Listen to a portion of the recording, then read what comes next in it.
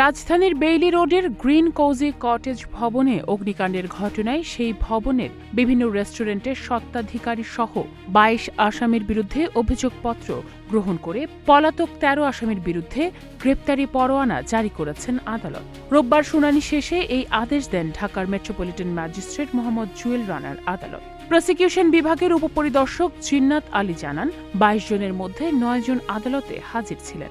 অন্য ১৩ জন অনুপস্থিত থাকায় তাদের বিরুদ্ধে গ্রেপ্তারি পরোয়ানা জারির আদেশ দেন আদালত। এর আগে আসামিদের বিরুদ্ধে দণ্ডবিধির ৭টি ধারার অপরাধ প্রাথমিকভাবে প্রমাণিত হয় গত ২রা এপ্রিল।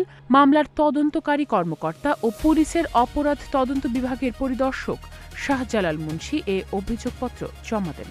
অভিযোগপত্রে বলা হয়েছে, আসামিরা সরকারি বিধিনিষেধ অমান্য করে সরকারের বিভিন্ন অনুমোদনহীন ও অবৈধভাবে হোটেল ব্যবসা পরিচালনা সহ হোটেলে গ্যাস সিলিন্ডার ও ইলেকট্রিক ওভেন ব্যবহার করেন, যে কারণে ২০২৪ সালের ২৯ ফেব্রুয়ারি রাত ১:১০টায় ঘটা অগ্নিকাণ্ডের ঘটনায় ৪৬ জন নিহত হন।